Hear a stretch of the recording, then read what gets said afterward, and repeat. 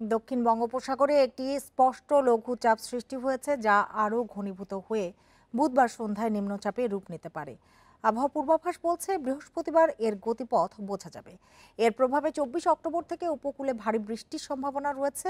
এ মাসের মধ্যে আরেকটি লঘুচাপ শক্তিশালী হয়ে নিম্নচাপ সৃষ্টির পূর্বাভাসও দিয়েছে আবহাওয়া অধিদপ্তর।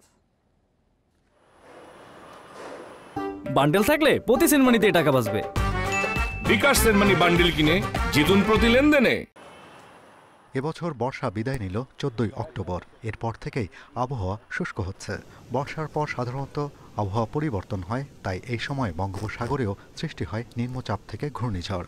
এবছরও দক্ষিণ বঙ্গোপসাগরে সৃষ্টি হয়েছে একটি লঘুচাপ, যা শ্রীলঙ্কার কাছে হওয়ায় আবহাওয়া অধিদপ্তর বলছে ভারতের তামিলনাড়ু উপকূলে আঘাত হানতে পারে। এর প্রভাবে বাংলাদেশের দক্ষিণ উপকূলে ভারী বৃষ্টির সম্ভাবনা রয়েছে।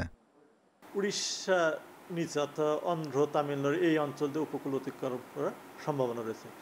যদি এটা নিম্নচাপ হলে হওয়ার পর হয়তো এর গতি প্রকৃতি বা গতিপথটা আরও সুস্পষ্টভাবে বোঝা যাবে, যেহেতু এখন এই হয় না। তবে এখন পর্যন্ত যে পূর্বাভাস যেটা দেখা যায় গাণিতিক মডেলগুলো, সেটা আমরা ওইরকম আশঙ্কা করছি। তবে এর প্রভাবে হয়তো আমাদের বাংলাদেশ উপকূলে এই অঞ্চলগুলো বৃষ্টিপাতের একটা আশঙ্কা দেখা যাচ্ছে। অক্টোবরে ঘূর্ণিঝড় রেশমি চিত্রাং হানা দিয়েছিল বাংলাদেশের উপকূলে।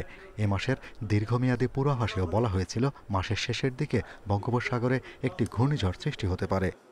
এখন যে সুস্পষ্ট লঘুচাপটা দেখাচ্ছে, এটা কিন্তু দ্রুত হয়তো উপকূলের দিকে হচ্ছে, কিন্তু পিছনে আর একটা আছে, এবং পিছনে যে লঘুচাপটা তৈরি হবে সেটা শক্তি সঞ্চয় করার সম্ভাবনা বেশি দেখা যাচ্ছে। এবং এই পেছনেরটা যেটা আছে সেটাই হয়তো আমরা আশঙ্কা করছি যে এটা ঘূর্ণিঝড়ের রূপ নেবে।